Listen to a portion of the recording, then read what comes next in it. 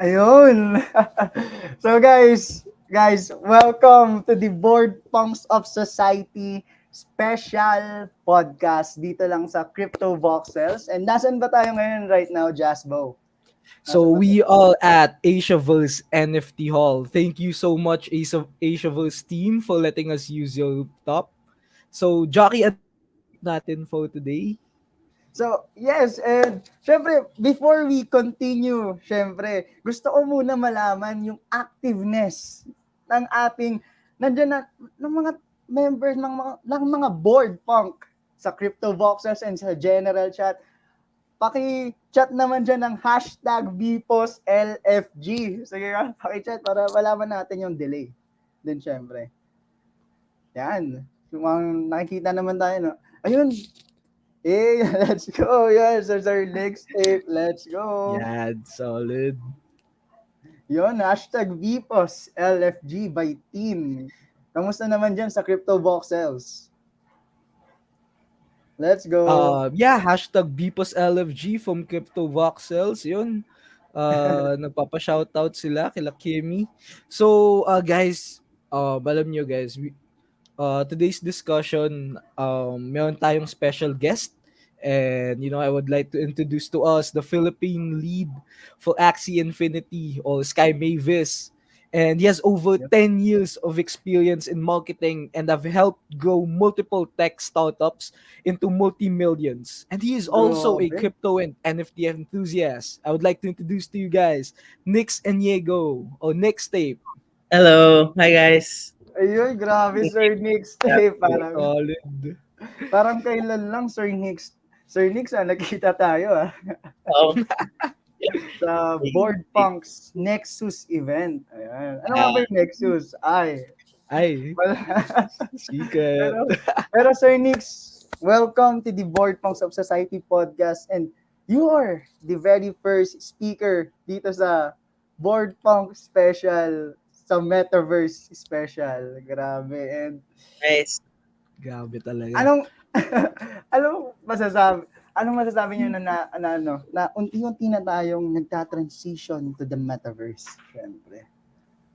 So, Ha, well, I guess happy ako, no? Kasi I think people, I think when we were, yung idea natin lahat ng Metaverse before was, parang, medyo extreme parang isip mo may susot ng glasses tapos pupunta ka sa parang kakaiba, which is buti na lang na hindi naman necessarily ganun yung metaverse na mas chill siya. I'm happy because I look at metaverse as parang it opens up a lot of opportunities for a lot of people, so I'm happy to see it evolve. ayun, grabe. Yeah, Thank you dun. boss, Grabe, grabe thank you. yun. How about you, Mm. J-Bo? How about you, syempre? Yeah, grabe. I mean, when you talk about metaverse kasi we think of social experiences. Lalo na nung, throughout the pandemic, nag-lockdown, we were all, craving for, gumala, social interactions talaga yung nahanap natin during that time. And, yung sa advancement natin sa NFT space with, digital ownership, with digital spaces, event spaces such as this, I think doon natin na-fulfill yung interaction that we really crave, meeting like-minded individuals, people um, who are in the same space, same kayo ng gustong gawin, investing in the same stuff and such. So, imagine kung ito na yung kaya natin gawin right now, kaya natin mag-hold ng podcast sa online through this land. What more pa in the days to come, di ba, Jockey? Di ba, Sir Oo. Dix? Grabe, oo nga. And actually, medyo and talagang sobrang nakakatuwa kasi, di ba, Board Punks of Society is, isa sa mga goal ng Board Punks of Society is to be one of the Filipino community in the Metaverse. And I'm very happy na konti-konti natin inaakyat yung ganong established na branding natin na we we will be the Filipino community. Tayo yung magwe-welcome sa kanila sa mundo ng metaverse, sa mundo ng crypto, sa mundo ng play to earn. Kasi from from how board pongs of society started, we started with play to earn gaming, di ba? Axie Infinity, educating scholars and those who want to be scholars. And right now we are here and we will slowly and surely improve and raise the bar for the Filipino NFT scene. Syempre. Pero ayun, thank you very much. And Sir Nix, syempre, let's start na ba, Jasmo? Are you ready na Yeah, ba, I Sir think we should Nix? start na Ayun. our Kasi, discussion. ayun. Kasi ang pag-uusapan natin right now is about the future of the Metaverse and the future of play-to-earn gaming or basically blockchain gaming. Tama ba, Yeah, Jasmo? tama. And I think, with that topic in mind, metaverse gaming, I think yung guest natin today really has great insights about this being lalo na para sa Philippines, one of the largest adopters ng gaming in NFTs, which is grabe, that's such a feat. I think we have like 40% adoption or more probably sa NFTs and NFT gamings, and lalo na we are here in the presence of Axie Infinity lead, Philippines lead. Yun. So next, so solid. I think madami tayong pwedeng pag-usapan about this, 'di ba? Yes. So, syempre, Sir Nick, syempre, before we start, gusto naming malaman, what made you interested sa play to earn or basically Axie Infinity and nandito na kayo right now as a lead dito sa Pilipinas? Well, gamer kasi talaga ako eh. So ever since I've been playing games, no. Lumaki ako sa Pokemon Game Boy. Yan talaga yung wala pang kulay nun tapos naging color tapos naging advance. So mahilig ako sa mga sa Game Boy, PlayStation. Yung bata ako meron din kaming PlayStation store eh. Parang meron kaming shop, parang computer shop pero mga PS1 pa lang noon. So experience ko sa gaming, and when I became a teenager, early teens to, no, nag-compete din ako sa Pokemon trading card game. Yung Pokemon TCG. So, sumasali ako sa mga tournament, ganyan. So, mahilig talaga ako sa games and MMORPG eventually. Ragnarok Online, naglaro ba Ay, kayo? laro Yeah, ko yun. Ragnarok Grabe. Online. Dami kong Solid. pera na sunog. Oo, grabe. So, Ano pa gamer, mga MMO, mga ano MMORPG ba na laro nalaro? mo? Silk Road Online, Flife, Fly. uh, uh, Live. marami eh. Perfect World, halos Cakey lahat lang Worlds, nilabas. ganun. Halos lahat ng nilabas dati, pinatulang ko lahat yan. Solid. Please. So, may nagtaya ako maglaro eh. So, Mm. nung nakita ko na may ganito, nung nakita ko na parang may NFT gaming, na parang there's an opportunity to earn rewards or to earn money from actually playing. Na-curious talaga ako kasi parang Mm. all my life nagpalabas ako lagi ng pera. And ano ako hindi it wasn't because na gusto kong kumita lang talaga. It was alam ko na kilala ko yung sarili ko as a gamer na gumagastos talaga ako eh. Gumagastos ako, hindi man ako kuripot eh. Kung gusto kong bumili ng skin, bumibili akong skin. Kung gusto kong bumili ng PHP sa Ragnarok para malakas yung character ko, para naka plus 10 equips ako, ginagawa ko. So, Relate. ganun ako Okay. klaseng player. So, nung nakita ko yung Axie, nung nakita ko na teka lang, so hindi ako yung maglalabas, ako yung babayaran. Parang, no, weird doon ako. Although may investment, syempre, I mean, you had to pay for your team. Pero, parang, pwede akong kumita. So sobrang ako, naging interested ako. And I tried it out. And, yeah, first day of playing, na-hook agad ako, na-in love agad ako sa game because it plays very close to, it looks like Pokemon and plays close to Pokemon TCG, trading card game, which, I played Mm. semi-pro professionally. Oh, solid. Ano experience sa semi-pro Pokemon? Tama ba? Yeah, Pokemon trading card game. So, Ano lang umattend naman, kayo sa LGS, ganun. hindi, Mga ano siya eh, tourneys. as in not the, alam ko may TCG na video game and online game. It was nung literal na card game pa siya na physical.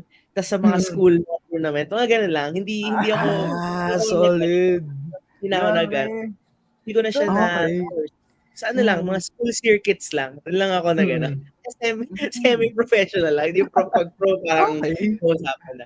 Yes, Solid. That's- Oo nga, kasi I think dun din ako nagsimula ng yung interest ko when it comes to NFTs. Ano talaga, when it comes to collectibles, trading card games. Kasi I think may pang microeconomy din kasi yun when it comes to card games, di ba? Kung gusto mo i-upgrade yung deck mo, kung gusto mo palakasin yung deck mo, gagastos ka din talaga. And you can resell it as times goes by, di ba? Tumataas din yung value nila, nagkakaroon din ng meta doon.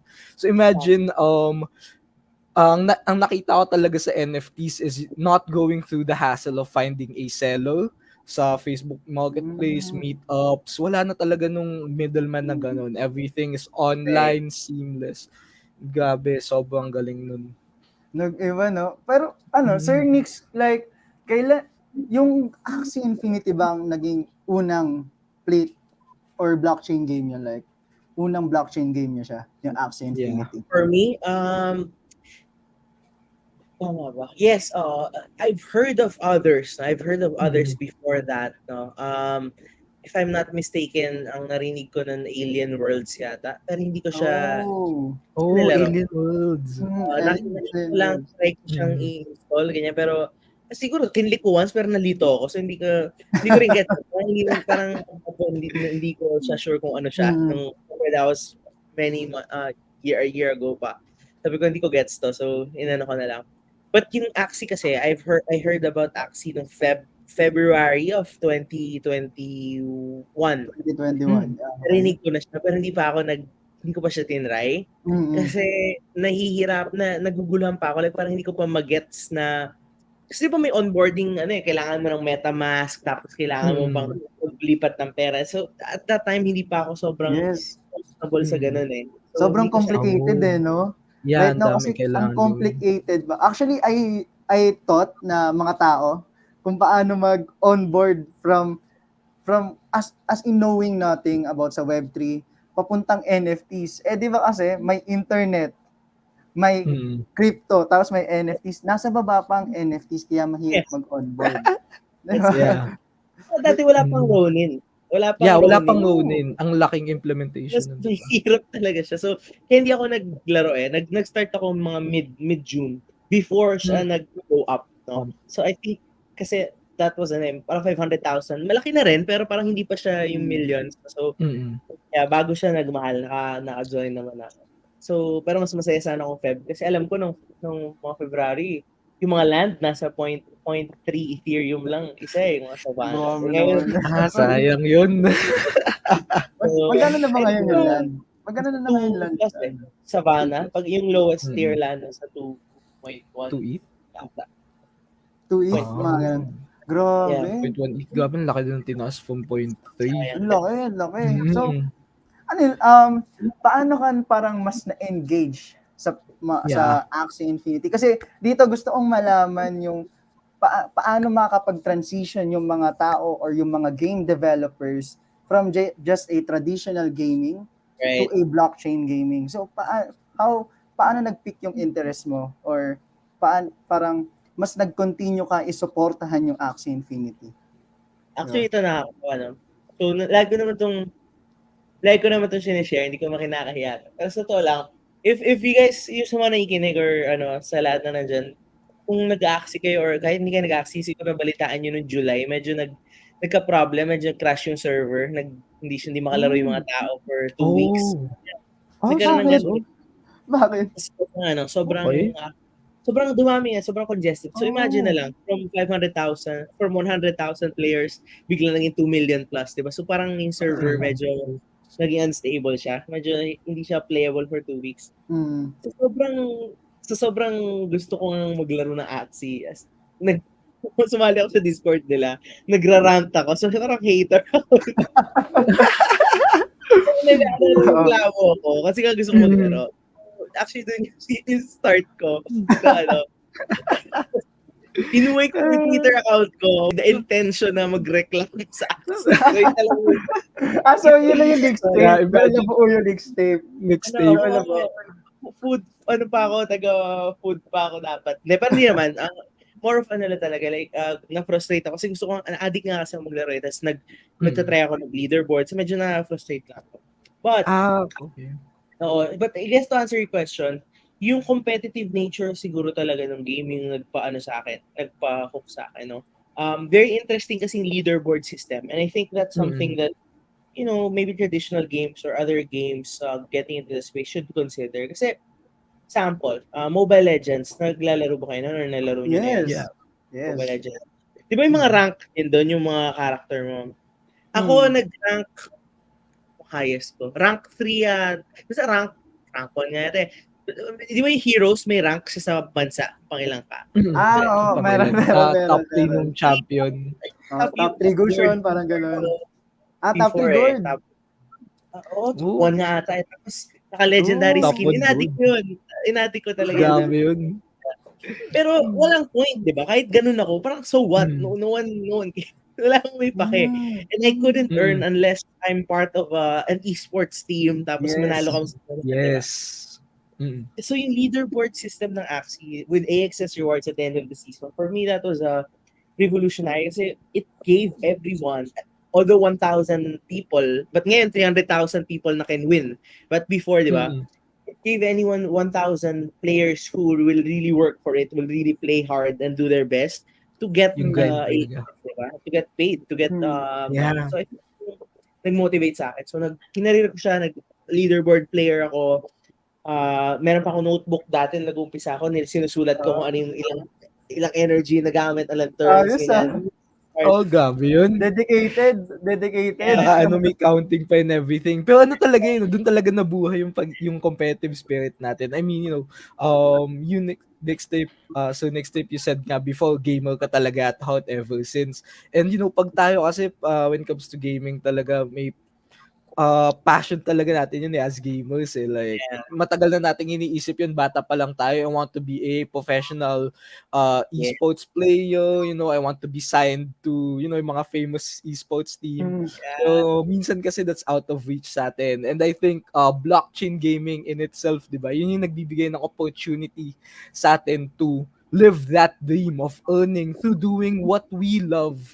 Gaming.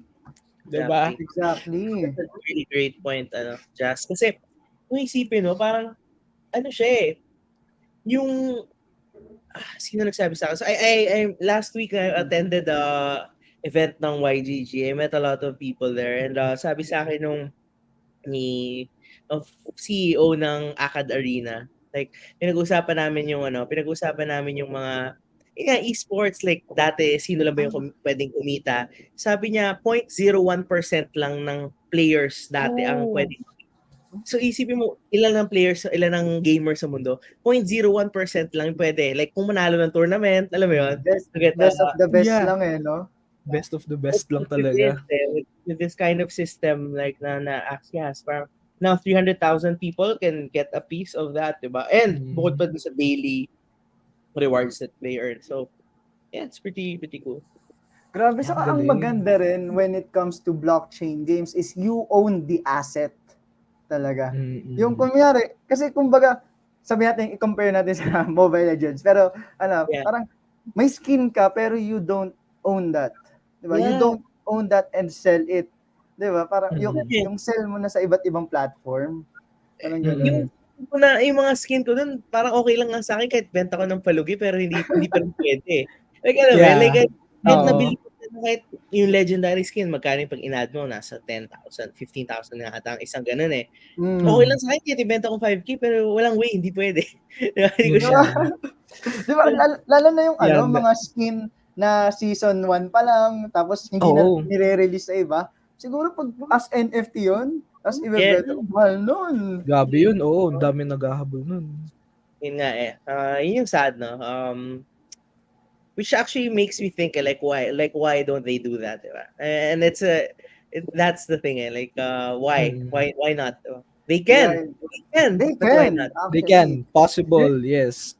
Yun yung gusto nating alamin. It's not easy, pero kaya. Yun din yung gusto nating alamin, di ba? Ay, sige, Jasbo, sorry. Continue. it's okay, it's okay. Pero when I think about that kasi, having digital assets, it's not, I mean, magkakaroon kasi ng internal marketplace, magse-set up pa yung and servers have to run 24/7. And I think what gave us, parang yung chance lang talaga to do this, what make this attainable and sustainable in the long term is having yung mga blockchain around us, having different system across the globe na hindi siya centralized, na hindi lang isa yung nagpapatakbo. That's what made that's possibly what's going to make that possible. Sa mga big companies to hop on NFTs, give exclusive NFT skins, may enjoy mo yung skin, benta mo na afterwards, ganun. I think that's really amazing lang din.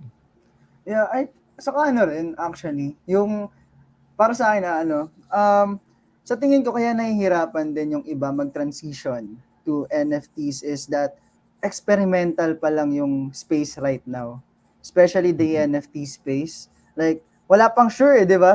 What do you think with that, Sir Nixs? Na parang, sa tingin ko right now kasi, yun yung naghihinder pa. Parang, nagdadalawang isip pa yung ibang na mga gaming companies with that. Parang two answers ang ko dyan. I have two answers. Kasi, and we've seen this nasa balita to. May mga traditional game studios who tried to enter. Sino ba? Ubisoft? Basta, Ubisoft? I think, someone said something and then, in-announce na nila. Tapos nung in-announce nila, ang daming negative feedback ng mga users. So, binawi nila.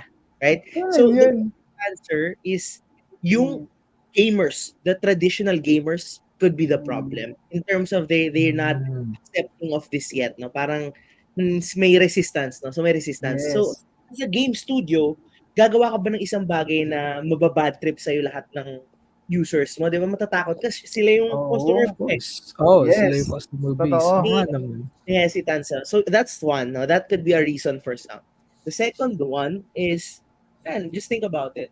You're already a game studio and you're raking in millions or billions every year and you're still doing that. Why change something? Di ba? Why all of a sudden bigla ka mag-NFT tapos you're gonna get less so that you can give more to people. So that's why I think it's hard for at least some studios. So I'm sure some are already planning something around it. But that's why we don't see it na parang every day or every week na may nag-a-announce, may bago. Because it's not that simple eh. Like you would have to think they're thinking of their current users who might have resistance or against or yung pangalawa is okay na yung profits. Okay na sila doon, yung profits. Yeah, okay na yung profits. Yeah. Sabi niyo nga, experimental to. Ako mag-eksperimento Sa bagay. Sa bagay. I think yun yung mga posibleng. Pero ang tanong ko ron, bakit? Sa first one is, ano yung reason ng gamers or community, bakit against din sila in transitioning to NFTs that time? Kailan ba yun? Kailan nangyari? 2 months ago lang ata yun. Sagutin ko to with another example from Blizzard naman. I think this was last year or 2 years ago. Blizzard has this yearly event. No? Parang may conference sila every year. I forgot the name. It's the tip of my tongue. Ina-attendan talaga yun ng mga gamers, game devs, enthusiasts. Yan. In-announce yung CEO nila or maybe their marketing head. I forgot. Basta prominent na tao sa Blizzard, no? Nag-unveil sila ng mobile game daw. Mobile game na Warcraft and binu sila. Binu ang mobile game. Ayaw nila kasi para sa kanila Dota, like Warcraft, that world dapat nasa computer. Nasa computer. Parang rite of passage sa kanila yun eh. So, dami nagalit. So, sinabi nila, binawi na lang nila. Parang, okay, hindi na guys. So, kaya ko ito kinakwento. Kasi I think, to answer your question, I think people just don't like change. Because change is sometimes uncomfortable. No? Uncomfortable.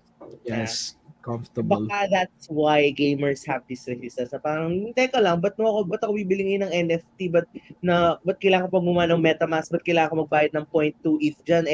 I can just go to Data Blitz or sa US, GameStop. $10 to get my video game and okay na ako. Di ba? Yeah. So, Mm. Oo yun nga, eh. no? Oo nga, no? May Sabagay. pagka-physicality rin naman dun. Tapos I think yung extra ano pa dun, yung extra fiction pa dun kasi is,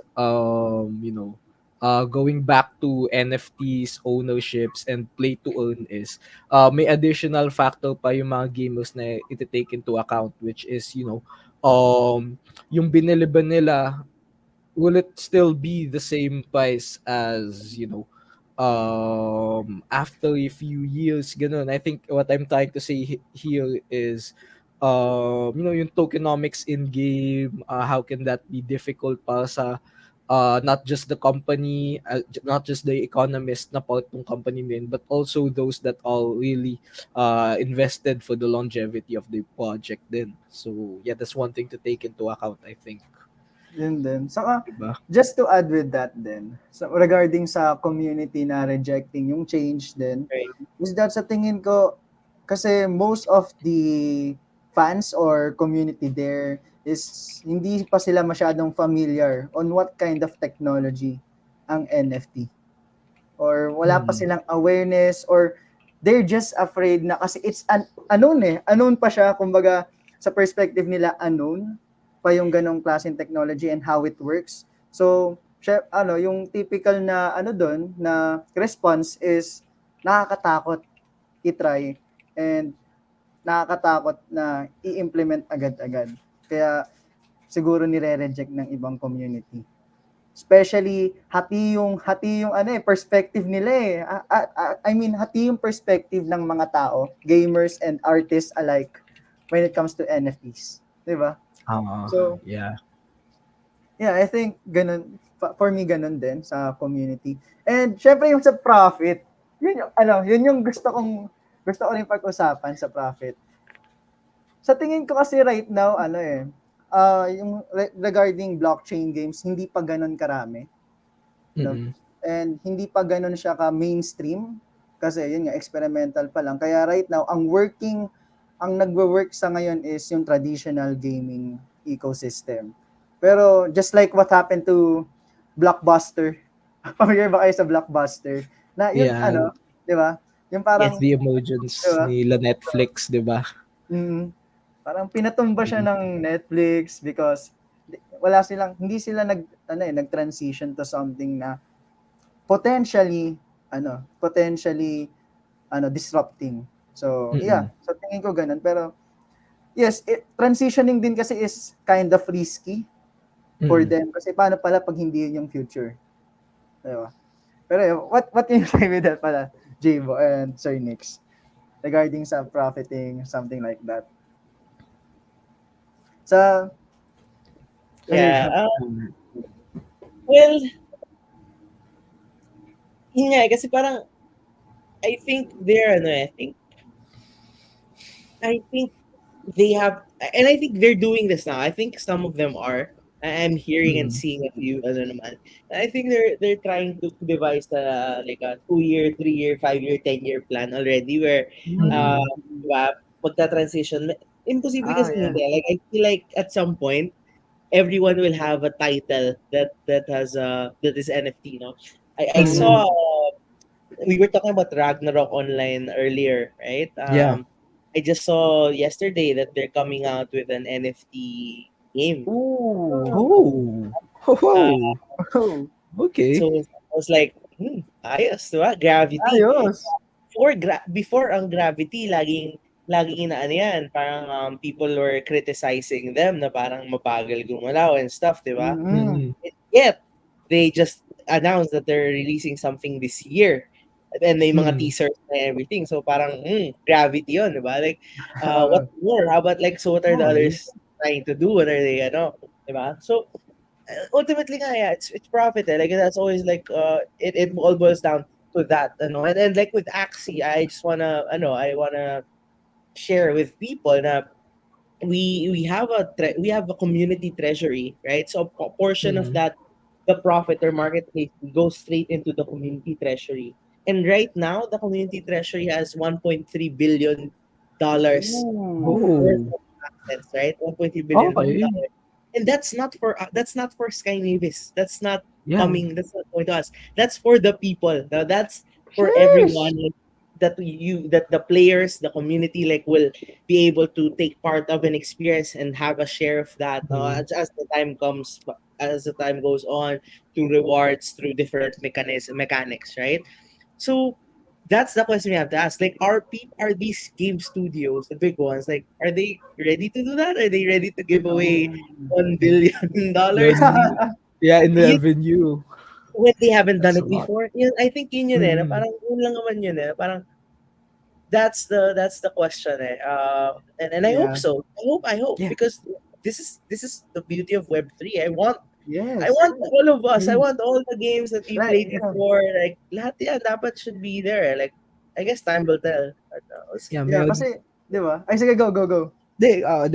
Actually, yun nga, I noticed din naman, other old projects din entering the space. Like we have Square Enix, I think they announced previously. Meron nang naka-launch right now na Habbo.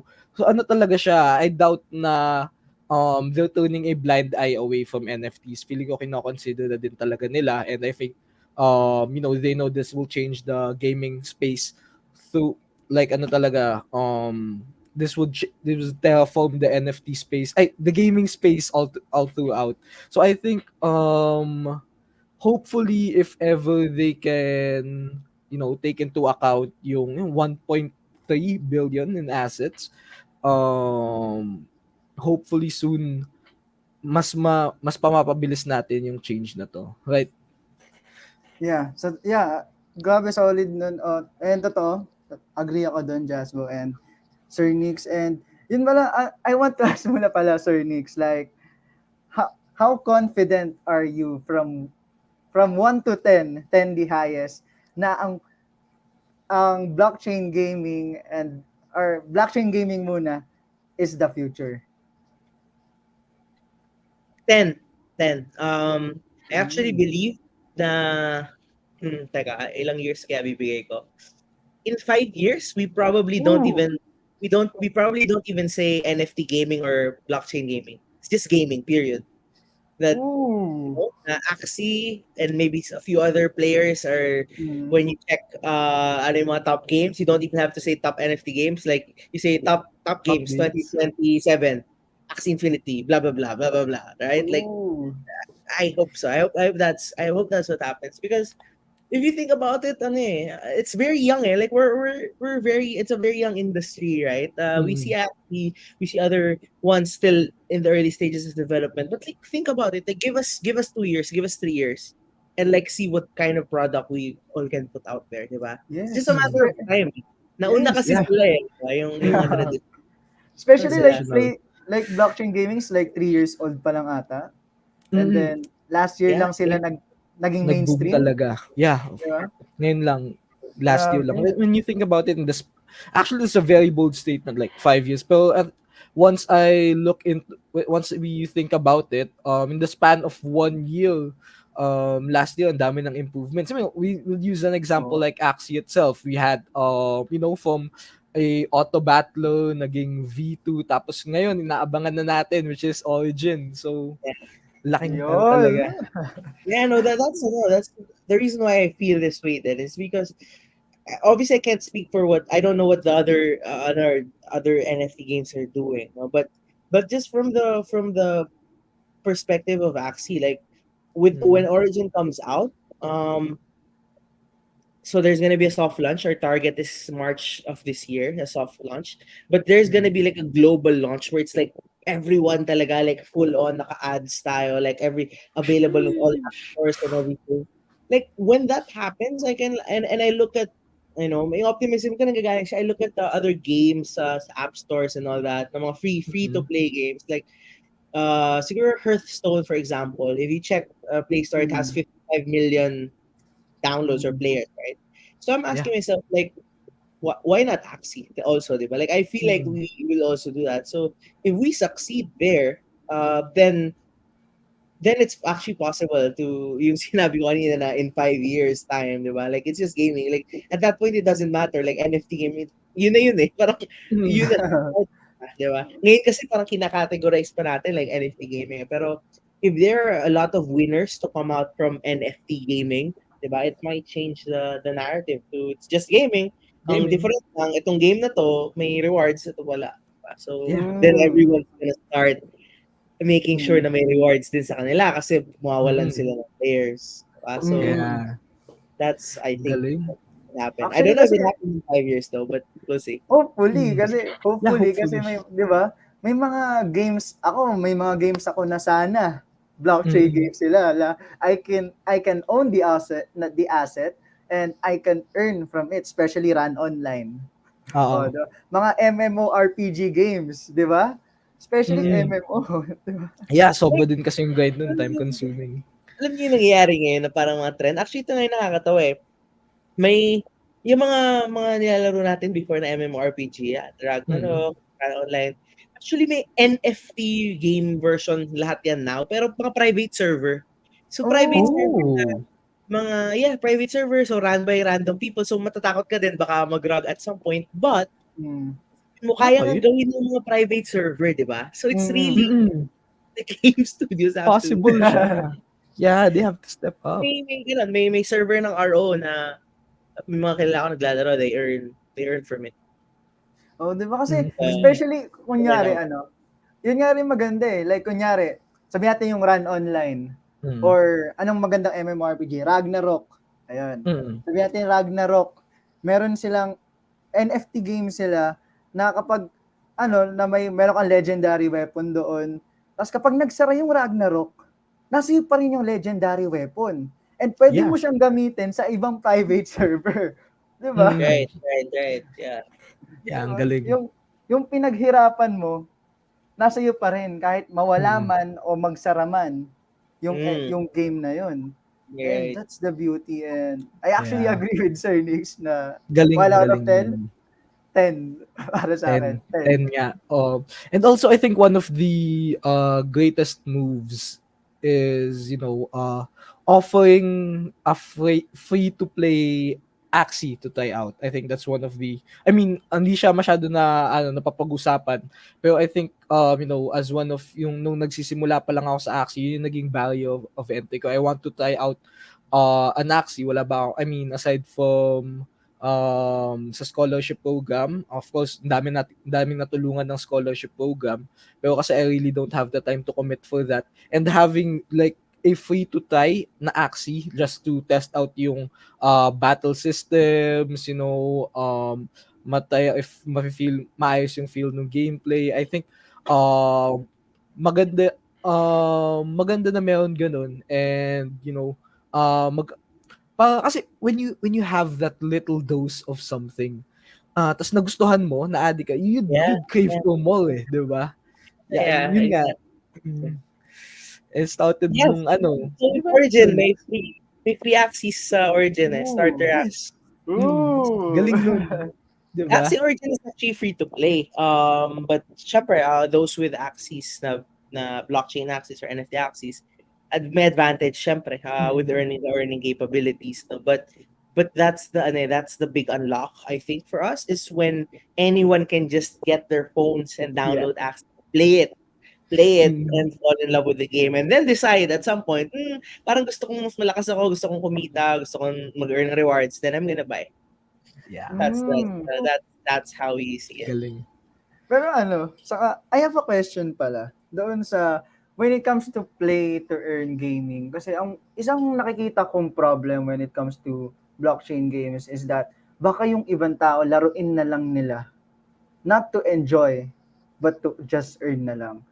Sa tingin mo, like, anong ginagawa ng Axie doon or ibang blockchain games doon to resolve the play to earn lang and Right. transition it to play to enjoy, kasi most of the games, the traditional games, is play to enjoy. Yeah. And yun.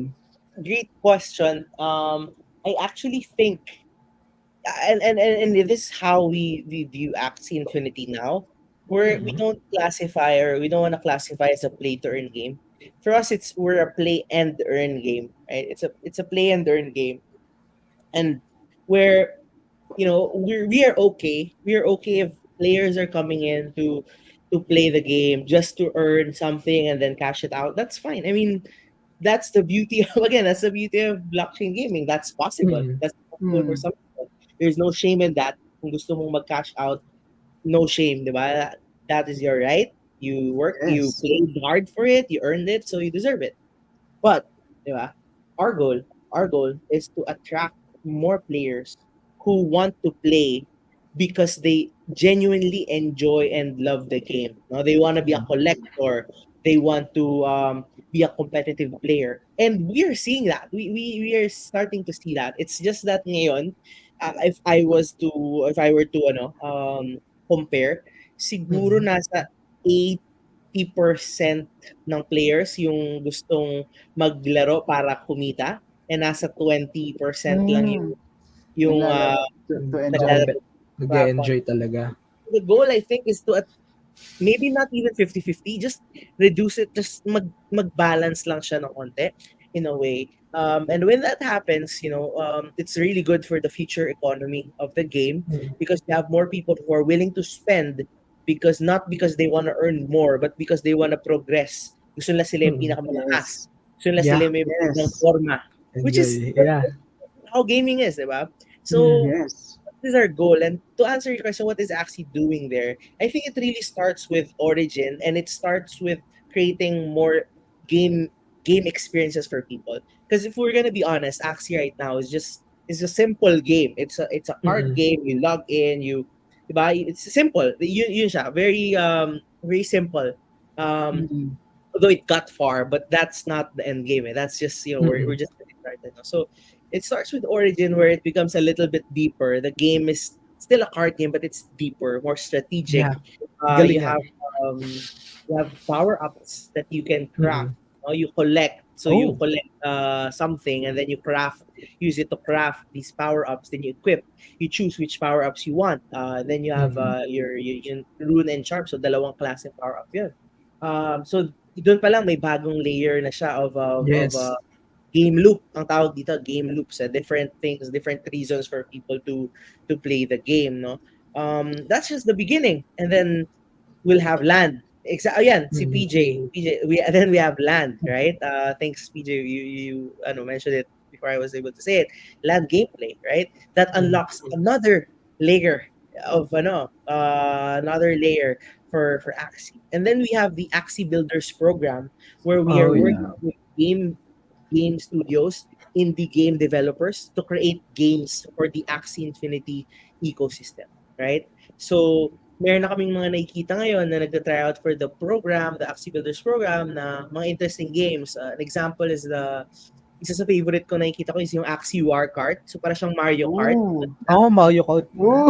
Okay, solid ah. Meron ba Yan. tayong sneak Mm. peek niyan? Meron, nasa Twitter siya, type nyo lang Ah, hashtag, type nyo lang Axie Okay. War Kart. mm, May demo na sila. May demo na sila. Check nyo na nice. sa Twitter. Meron pang gumagawa ng parang Smash Bros or Brawlhalla, if you're familiar with that game, parang ganong style ng game. May gumagawa rin ng Axie Tower Defense. May gumagawa rin Mm. ng basta Okay. sobrang daming kine-create na games. Ah, Galing. Hopefully, Ang galing. created by the community, other partner game studios, other indie developers who are working with us to ship that. So that's why it's Axie Infinity, right? Infinite Yes. experiences, infinite Infinite. games. ooh. Galing. Not just a card game that people Okay. see now. Yeah, that's why we're excited and we think we have a real chance to get more people into Web3, into di ba, into crypto, into NFT gaming. Just last year alone, di ba, over 2 million people or Mm. onboarded through in crypto onboarded to Mm. crypto through Mm. Axie. So yeah. Mm. Yeah, sabagay.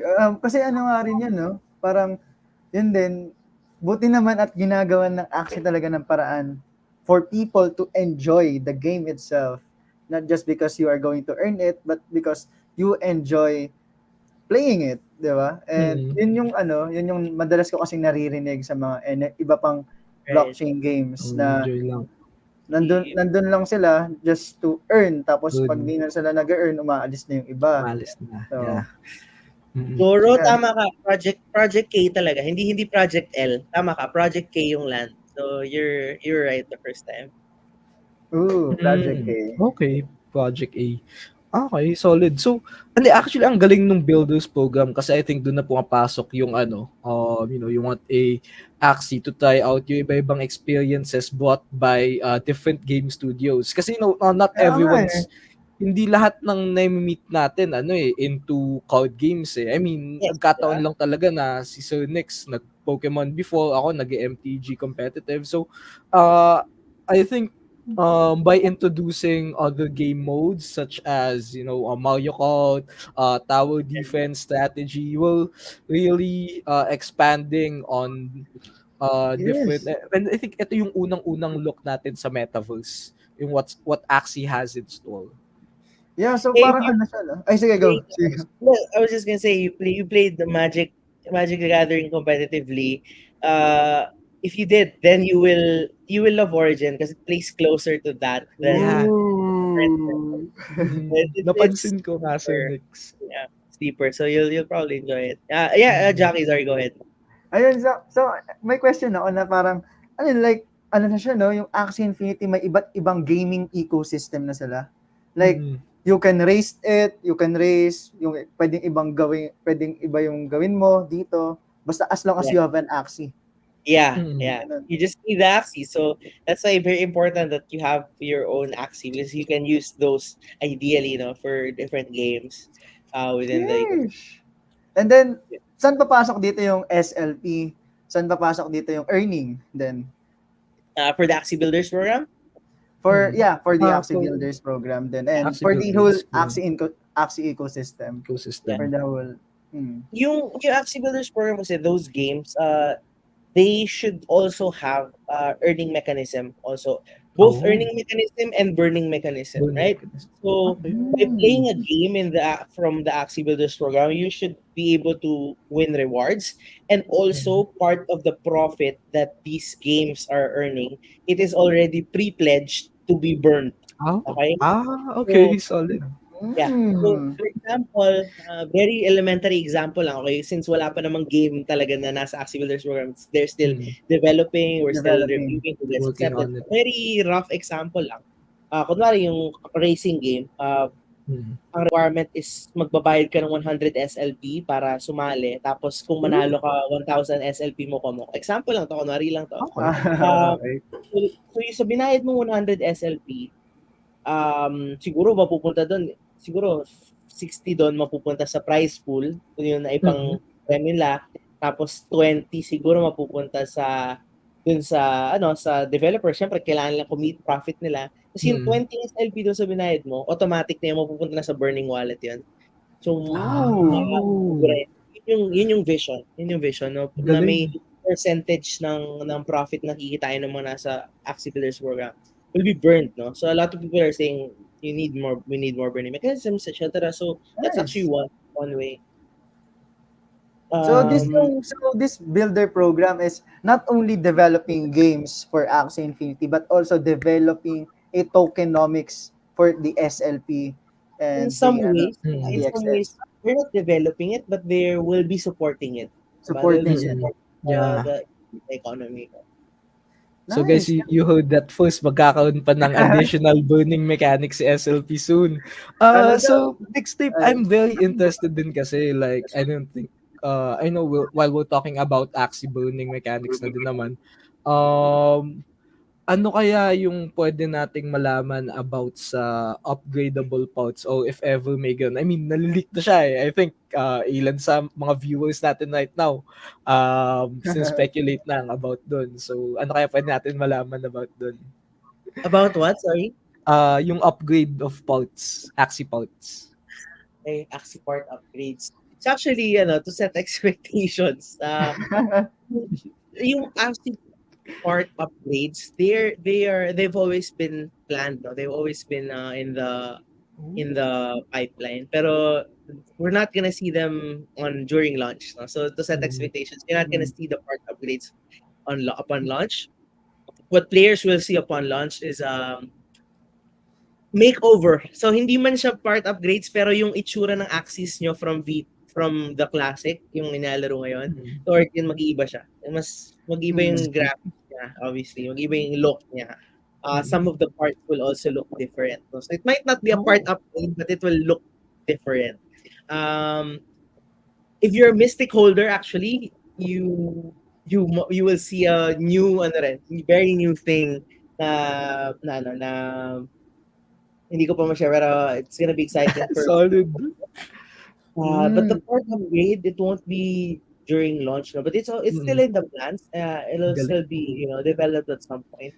But Yes. Mm. ang Mm. burning mechanism, I guess, na that will be available will be crafting of runes and charms, which requires Mm. SLP and moon shards to craft. Moonshot. So moon shards will be earned through adventure. Oh, It may is use na a ulit.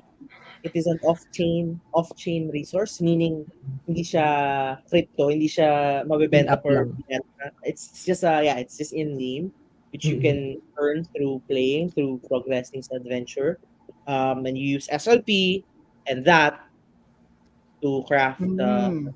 the power up. So that's a burning mechanism Galing. for SLP.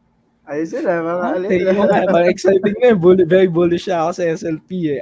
Madami kong Oo. holdings. Pero, gabi, thinking about that na like, magkakaroon na din tayo ng, use ulit for adventures. I think madaming natuwa about that kasi medyo ang daming bombed out nung, pero of course, for the betterment din naman yun ng economy ng Mm. Axie. I think everyone is all for, sa sa Axie origin, like very amazing na ramdam ng community na very hands-on kayo with the project, and um ang galing lang talaga jockey, Oo. right? What do you Yeah. think? So, ito, may question pala ako. Since we are Ah, talking about Axie na, and yeah, yung kanina SLP. So, I wanna ask yung regarding sa tokenomics Yeah. ng SLP, ng SLP affecting the whole Axie ecosystem. Kasi di ba na-mention yung gagamitin yung SLP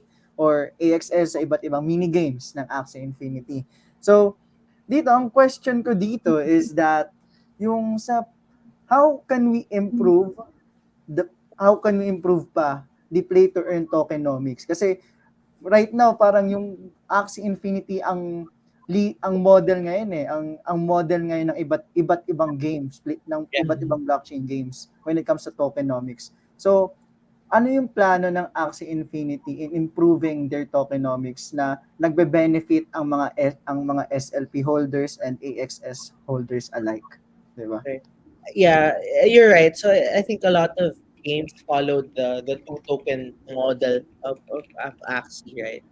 Um, so it's always a tricky. So I think that maybe is the hardest part in building a NFT game, play and earn game, Mm. is the tokenomics. No? So what we're doing specifically, and I think our thought process here, our focus really is to create fun games, fun experiences for players, because we believe, once that's on in place, the economy will follow as well, right? Because when there's that balance of players who want to play for more than just their earnings side, but also for status, for enjoyment, for mm, Mm. bragging rights, actually very very important, and it could be the difference between the current price versus a future price, because that's how you create demand. So it's not always bringing 20 million new players, but maybe it's even just bringing in 1 million players who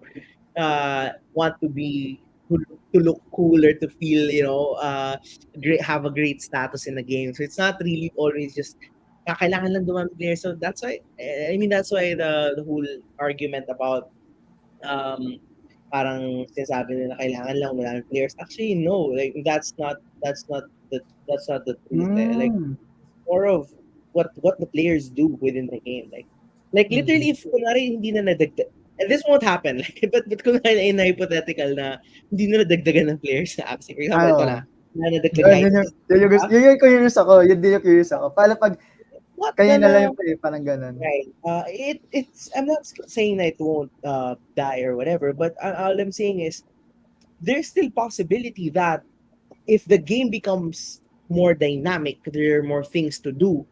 Mm. let's say land gets released, for example. Now, all of a sudden, the landowners who have been waiting it for a long time will have this new game mode that they enjoy, that they've been wanting to play for a long time, and then they get other rewards and resources. So technically, kahit hindi mo kayo ng bagong players, but everyone is now enjoying this new game mode, then they on the overall morale of players and potentially the economy, because there's demand to be able to participate in that new game mode is there. So the economy should be better, diba? So if you think about it that way, that's the beauty of this Axie, or even I don't know, like other games. Like the goal is to create a digital nation, right? A digital Mm. nation who has its own economy.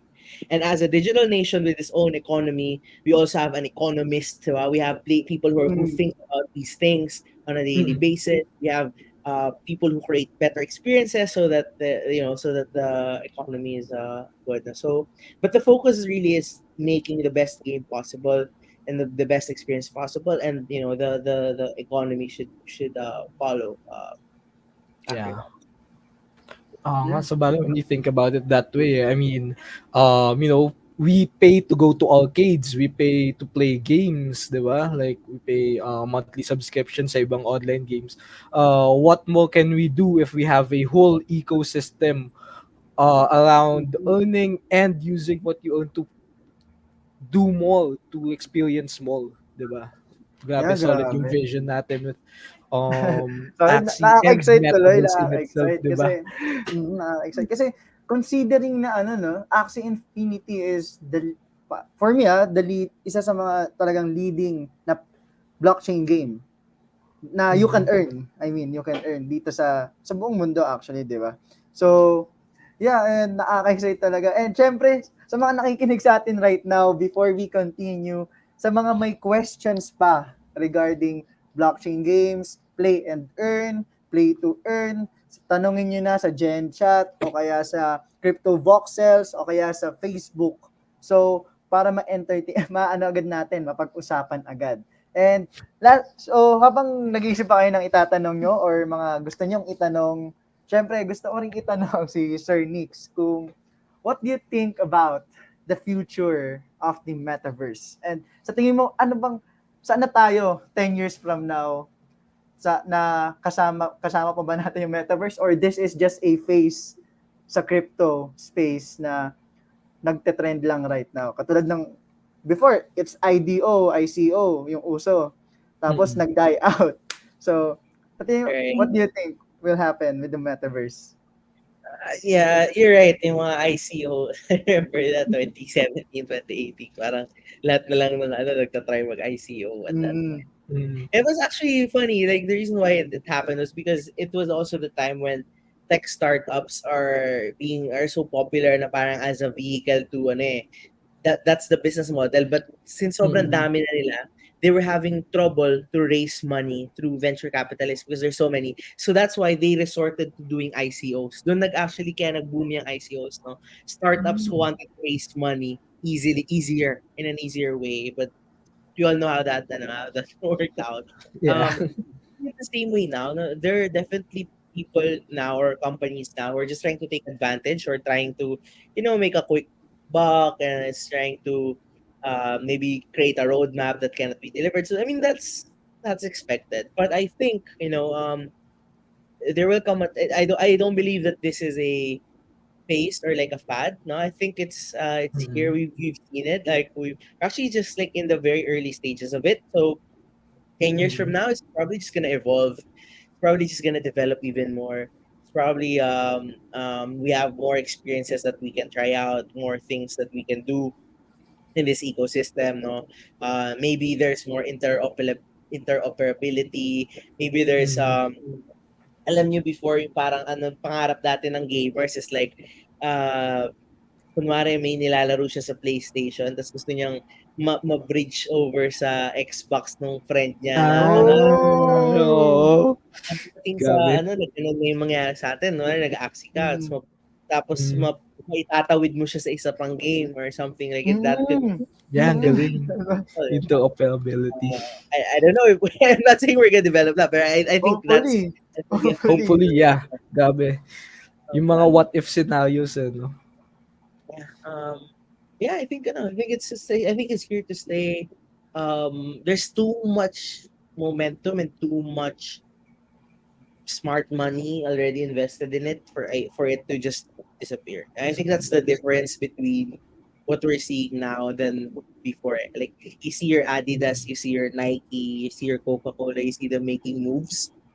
Here and Mm. like seriously, like normally they wouldn't just do that for just crypto or whatever, diba? So if these guys are making moves, then if they're investing millions of dollars on this, diba?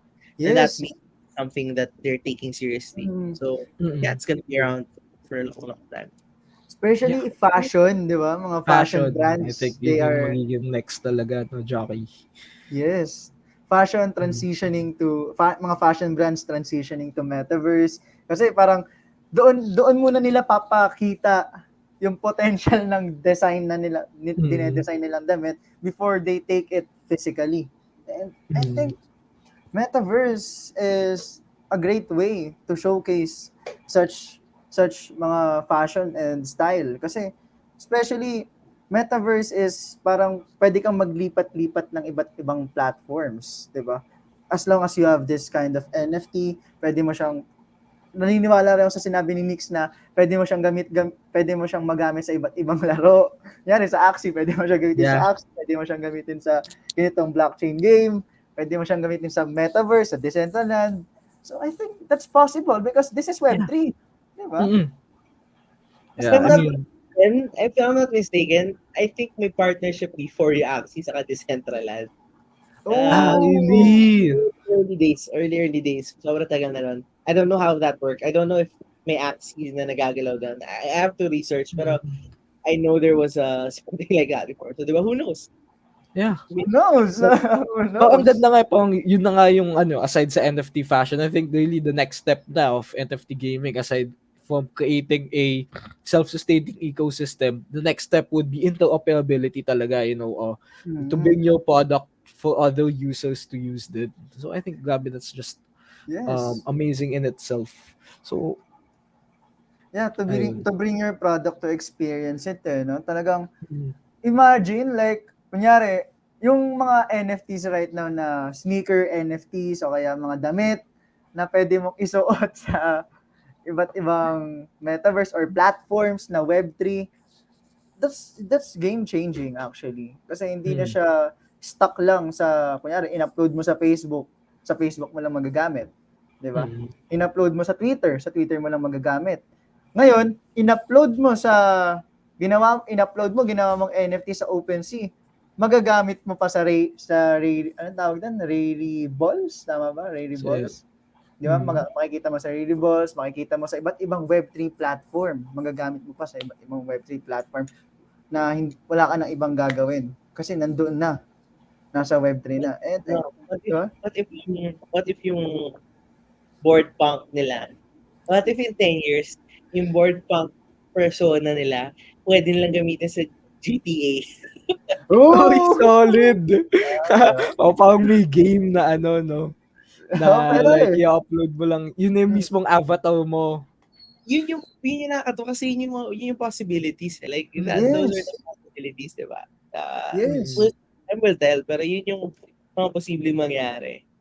Time will Mm. tell talaga na yung NFT mo na yan, magagamit mo sa iba't ibang metaverses. Because I believe metaverse is not only one. There will be multiple metaverses na nagbe-build up sa a whole metaverse. Tawag doon Gigaverse? Parang may tawag sila doon. Gigaverse. May tawag sila doon Pero Nasama-sama parang metaverse. Parang ganun. siguro one thing na may imagine natin, is right now, yung ginagawa natin right now, we're live at CryptoVoxels. Just imagine mo if instead of this figure, ang gamit mo is a 3D board punk, 'di ba? Imagine. Yeah. So it's really something to look forward to, in digital assets natin. It would be something like yung famous movie Ready Player One. I think yun yung mga na-imagine natin when we're talking about Mm. metaverse talaga. Yeah, yun. Also, so next, when you think, going back na lang din sa, I think madami din tayong viewers that wanted to talk about this. And ako personally, while Jockey is out, gusto ko na lang din tanongin kasi gabi, nasabi niya din kanina na um magiging similar to MTG or other card games si Axie, and aside from it building its own metaverse sa other gamings. And I think nakita ko na natin sa mga leaks, may shootouts na with telescope, may mga banish mechanics na similar to Yu-Gi-Oh! Wherein hindi na accessible yung code. I mean, we assume na hindi na accessible yung code for the end of the game. Yeah, Ganun. So, you're right. ano pa kaya yung mga aside doon, ano pa yung pwede natin malaman about dun sa mga codes and such? I mean, di ko alam kung pwede sabihin kasi medyo siya yung lang, pwede malaman. Well, yeah, I guess as much as I want to share like everything, I can't yet. But yeah, it's gonna be a different feel, no? It's gonna be a different kind of game. So if kunwari, like ako personally, like before, sa current game, yung current battles natin B2 or yung classic, kunwari dito, na kapag naging top 50 player ako, right? So does it guarantee na porket top player ako sa current, top player pa din ako sa origin? Kasi iba na siya eh. It's not, ibang diskarte na siya, di ba? So, baka yung mga top player dati, hindi na ngayon. Tapos yung mga pro players ng Magic the Gathering or ng mga Hearthstone, ganyan, baka mas comfortable na sila dito, tapos sila na yung mas mag-shine, di ba?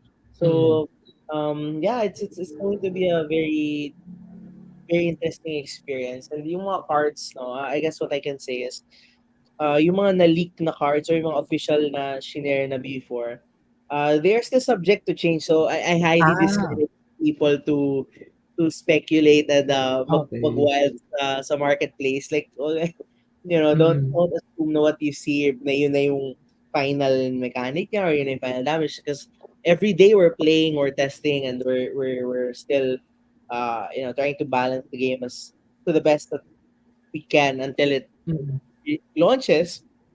Tapos then, yung season 0 or yung alpha ng Origin, it will be for everyone. Tuloy pa rin yung feedback, tuloy pa rin. Like, baka may makita pa rin yung community na, sobrang OP ng card na to, kailangan itong ma-nerf, so we have to, there will still be balancing changes talaga siya. Oo.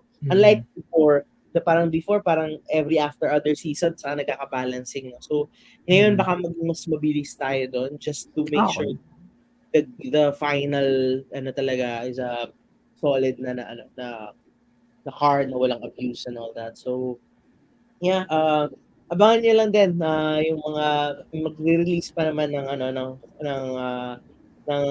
teasers sa horns, sa eyes, sa ears yan. And yung mga potentially yung mechanics or guides on these rules and charms, and the new card effects. Like, we're gonna explore on seeing kung paano namin siya mas mako-communicate ahead of time. But yeah, stay tuned. Ang galing kasi, di ba, actually, wag tingnan mo yung mga codes right now, may ilan na speculators na sinasabi na OP. I mean, ako personally, kung titingnan mo yung Twitter ko, may nasabihan na ako na, ang OP naman nung code na to. Pero yun nga, hindi pa nga natin alam yung exact mechanics and, they're all leaks, so they're really subject to change talaga, balancing and everything. And, what card din mo na medyo OP? Telescope yung akala ko OP. Kasi sa MTG kasi sa ibang card game, shooters are really, sa landscape ng mga card games as they go on, as nagiging faster and faster, shooters or searching for the card you really need at a certain moment becomes more and more effective. So yun yung naging take ko. Tapos considering na it's zero cost, tapos deck thinning pa siya, deck thinning siya twice kasi first would be yung search, tapos yung second would be banish pag na-cycle na yung deck. So with a deck size like Axie, I mean assuming na similar yung deck size na 2 cards per deck, so mas malaki siyang effect compared sa deck thinning sa MTG na meron kang, in Commander, you have 100 cards. There are more cards eh. So, when you talk about deck I think this is a topic for another day na lang. Pero I think yun yung OP para sa akin. Medyo nagbablabber na din kasi ako. I don't want to talk about that much. Pero yun, hindi pa natin alam yung mechanics Yeah. Fair enough. na Good assessment. That's what I can say. It's a good assessment. yun. Yun din, yun lang. Tapos, ayun na, yung mga tao nag-speculate diyan, Mm. wag muna kayo bili-bili sa market. I mean ako nung season 20, napabili agad ako ng reflectile nung una ko nakita eh. I think madami din dito yung bumili noon. Sobrang saya din kasi niya gamitin. Pero yun din sinasabi ni Sir Next Tape na like pag nag-e-enjoy ka talaga sa isang game, ang mapapabili ka. Ako knowing na may possibility na hindi na meta ang reflectile next season o sa Axie Origins, and considering na medyo on the pricier side siya, bumili pa din ako because I enjoy using it. I enjoy playing it. Kaya Right. yun. So I got my value through enjoyment. So yun Right. naman. Mm. Yeah, grabe.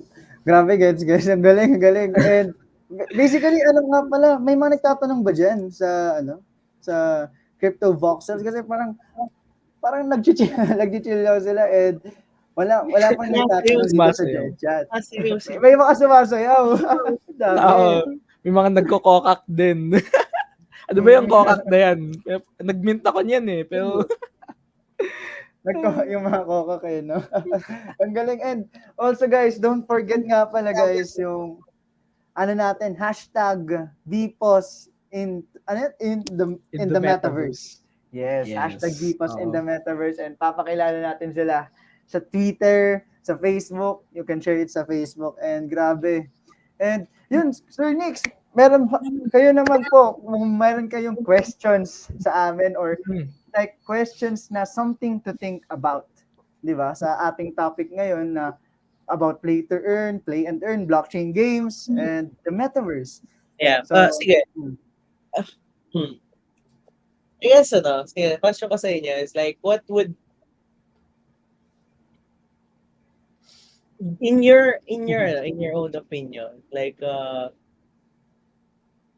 how, parang, ano yung value of money that you guys feel na parang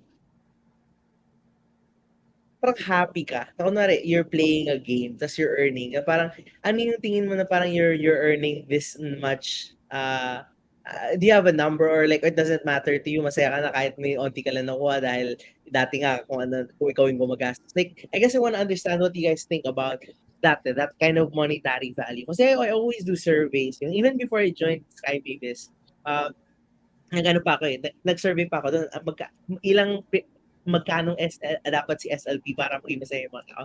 And nag-land, I think 1,000 plus yung sumagot na rin. Nag-land siya sa okay na daw sila sa parang 3 pesos range. Parang SLP. binigay ako higher range pero mas pinili pa ng mga tao yung 3, tapos para sabi na okay na 3 pesos lang basta stable dyan, like hindi magka-crash. So I guess not really SLP. I'm not really talking about SLP. Really, what do you guys think about that? Like, how much is the money na parang to justify na parang I'm just playing a game and I'm earning? Like, how much is that? Parang do you guys have a value in mind? Okay. Ganda lang question nila. Wait lang. Sige.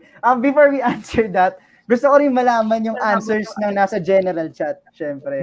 Sa mga nasa gen chat, ng mga nasa CryptoVoxels, tapos babasahin namin yan. Basahin natin, yes. Yes, babasahin natin. And Guys. syempre, ikaw muna, Jasbo, or ako lang muna?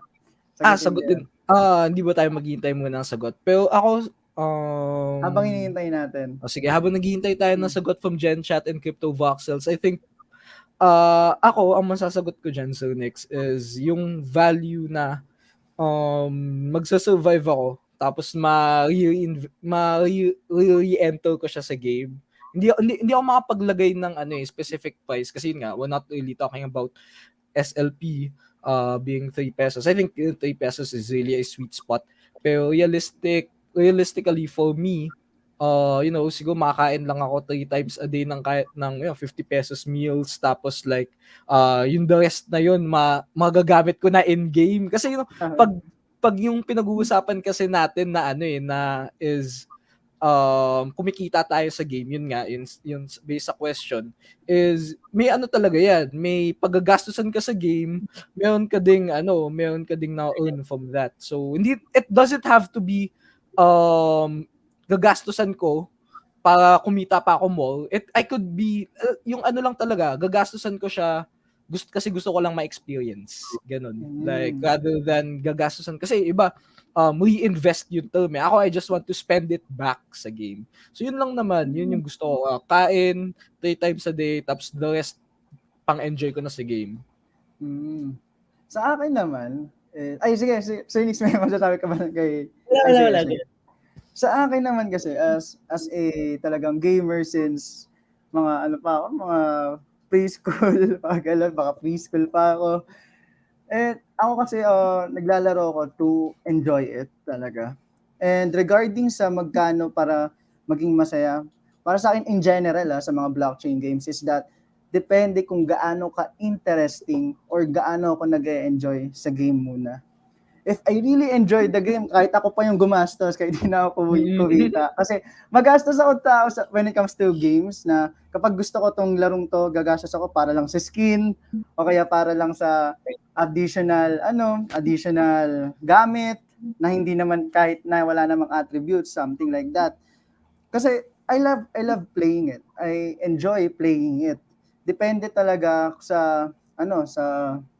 sa quality of the game and how interested I am. Kasi kunyari, I'm not really interested into that, but I'm interested into just earning it. Sa tingin ko, syempre, I'll ask for something na mga above the minimum wage a month. yung gusto kong makuha na ganun. Pero if I'm really interested sa game, kahit ako pa yung gumastos, it doesn't matter kung di ako kumita as long as I enjoy that game. And that's what I like to happen sa blockchain gaming.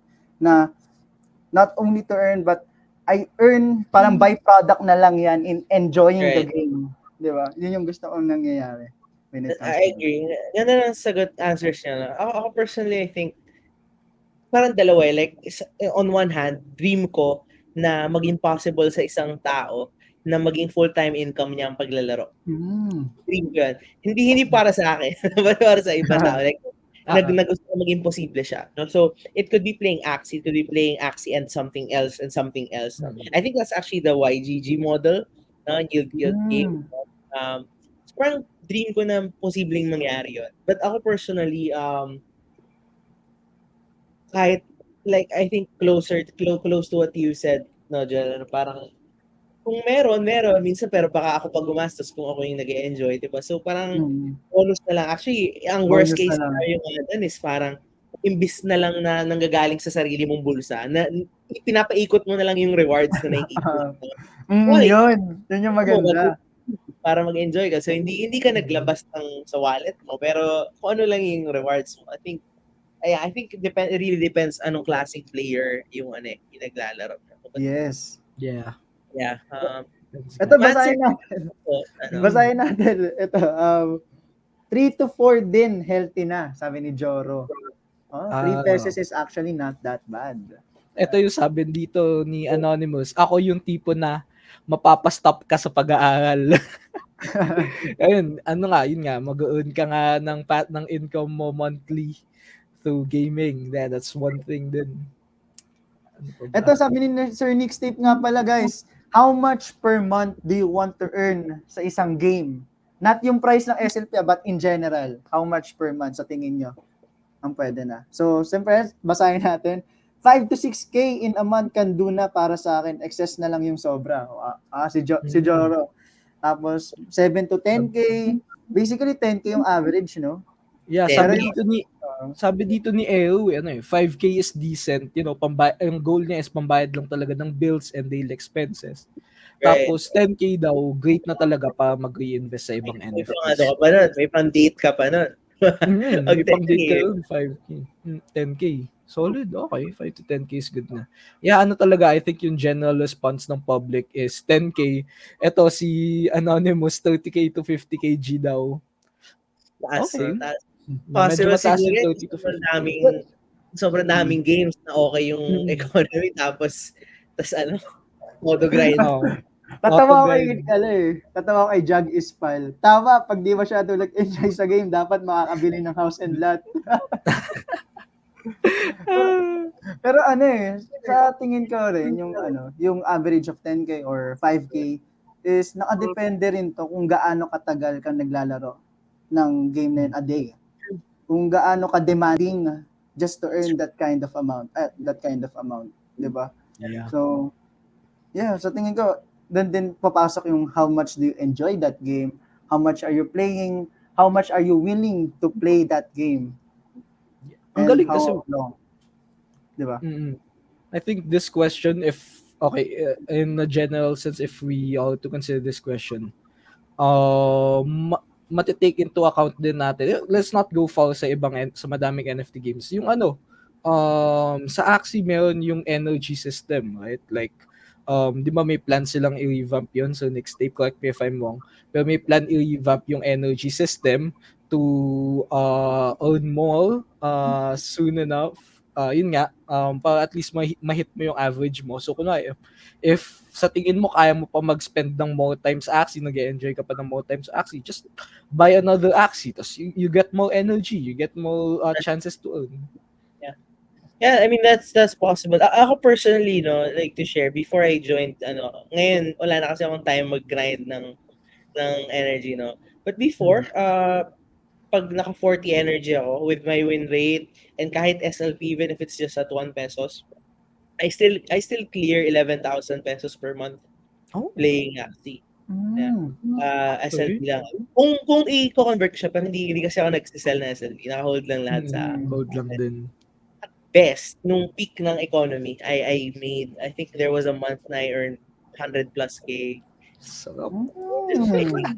So yeah, it cycles like I mean that's just from playing and I'm not talking about the scholars like yung account ko lang na naka 60 energy and kada win naka 21 SLP per win, di ba ganun before. So yeah, I mean I'm natuwa ako dun sa mga answers ng mga tao, no? So and I really don't wanna I don't wanna promise anything in terms of economy and especially financial advice. We can't really do that. But this this is very valuable information because it really helps us think in terms of like what can we do more, like how can we help the players achieve these goals. Because let me tell you one thing, no?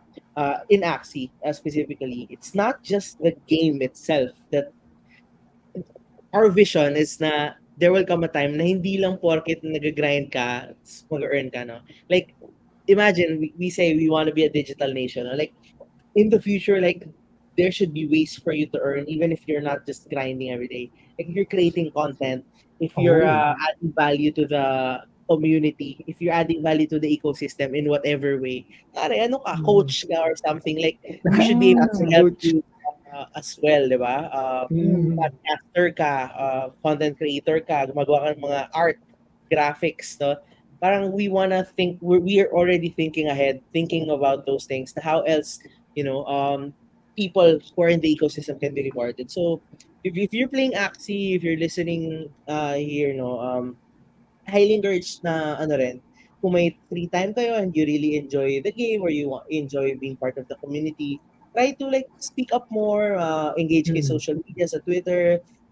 Like if artist ka pala, like gawa ka ng Axie art, tag mo kami, tag mo like get noticed, di ba? Like you never know where that can lead you. Like right now, ang daming artists na nako-commission for doing Axie art, may nagbebenta ng mga plushies, ng mga other things, no?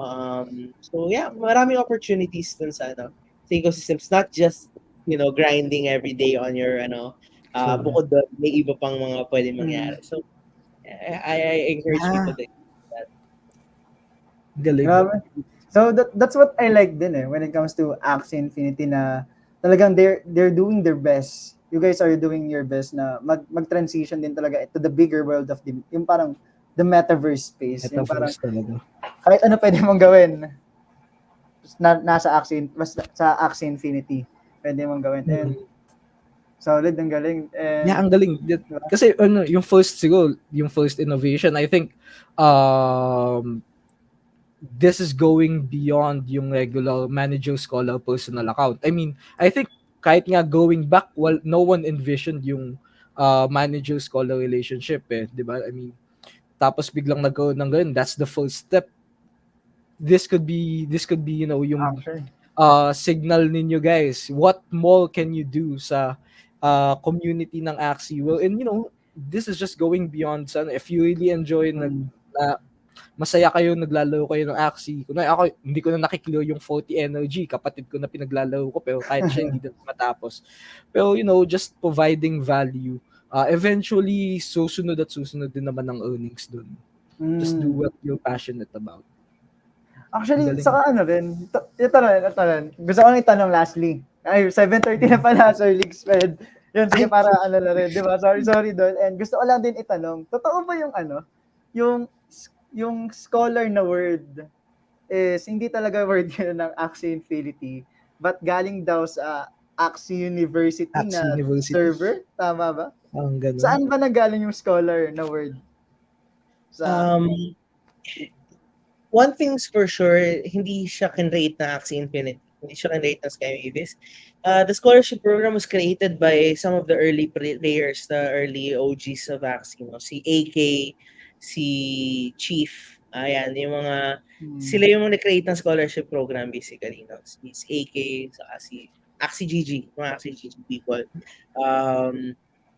I don't know kung saan siya unang nabanggit yung word na yun, pero I can say na sila yung nag-create ng model ng scholarship. No? So, galing. Ano lang siya, like pinahiram. Alam mo yun talaga, parang ang dami ko hiram ko. Tapos alam mo yun, pwede tayong maghati, ginagamit yung ano ko. So, dun siya nag-start. And nag-evolve na lang rin siya over the course of that. Galing. And yes, and yun, Sir Nixs, grabe, thank you very much for this. And before, nga pala, since 7:30 na, what may mga gusto ka bang sabihin before na i-wrap up natin yung discussion right now? Like, may gusto ka bang i-plug or may gusto ka bang mga Twitter account mo or social media accounts? Syempre. Thank you for inviting me. I guess ang call to action ko lang sa mga tao is you can follow me at Nixs Eniego, and you can also follow the official Twitter account of Axie Infinity Philippines. So that's Axie PH official. So those lang. If you wanna be updated into what we're planning and what we wanna be doing next. No? I personally shared din sa Twitter ko ng mga plans, and baka may makita kayo din sa mga leaks. But also sa Axie PH official, we have localized version of yung mga updates natin sa Axie Infinity, because marami rin talaga maraming, I think as Filipinos minsan nakala natin like tayo, di ba, parang ina-assume talaga natin na mga Pinoy magaling naman din makaintindi na English, and totoo yun, no? Pero if gusto talaga natin na lahat ng tao makaintindi na to the best, like medyo kailangan medyo Taglish yun or localized, mas naiintindihan siya talaga ng nakararami. Kaya gumawa kami ng official na Twitter account and ng website, ng axpage.substack.com, which is dun yung mga dev update na localized din. And soon, pati yung white paper na Axie will also be localized para mas maintindihan siya ng players natin. So follow lang. I'm happy to connect with everyone. Also happy to connect with the BPOS community. So, di ako masyadong nakakapag-Discord ngayon sa server. Medyo busy. Pero, hit me up on Twitter if you guys are free. So, let's connect. Thank you so much, Sir Nixs, for accommodating us. We really know na your busy schedule talaga. Lalo with what you guys have planned this March or April, May for Axie. So thank you talaga for coming, and we'd also like the Boardpunks community would also like to thank AsiaVerse World and NFT Asian for lending us this venue, so we can follow them at AsiaVerse World and at the NFT Asian. So, and follow the Boardpunks account at Boardpunksoc, and follow nyo kami ni Jockey, si Jasbo _ 43 and at Jockey Jello. Yeah, and also nga pala, Jasbo, may mga nagtatanong paano daw sumali ng raffle. Tapos na raw ba, if ever? No, hindi pa tapos. So guys, yung mga nasa CryptoVoxels right now na hindi pa nakapag-sign up, merong sa first floor, pagka-enter nyo, pag sinunod nyo yung link, inopen nyo yung link, click visit, and downstairs, sa pinakauna pag-spawn nyo, may parang book sa right side. So, isign nyo yung MetaMask nyo doon. Safe naman yun, I assure you guys.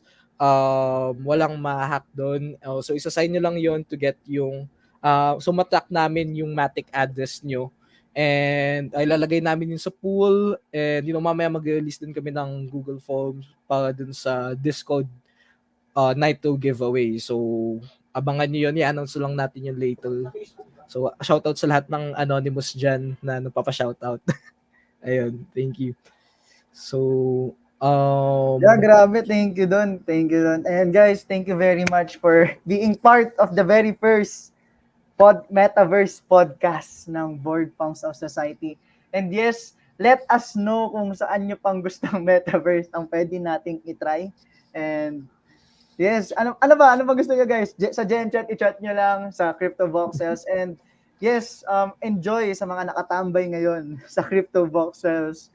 And yeah, let us know kung saan tayo next para sama-sama tayong mag-e-explore ng metaverse space, ng mga blockchain games, ng mga projects sa basically as sa crypto community natin, sama-sama tayong mag-e-explore dito and sama-sama tayong magta-thrive. Sabi ni Trix Kate, ano daw, Minecraft. Minecraft. Pwede, pero Actually, may plan na tayo dyan soon sa Minecraft. In collaboration with CNG. So, abangan yan, guys. Yun. You heard that first. Yung parang Squid Game na Pwede. Pero you heard that first, no? You heard that first with Jasbo. And actually, meron pa, no? Saan pa ba, Jasbo? Parang may nagbigay ka ata ng sneak peek before. Yeah.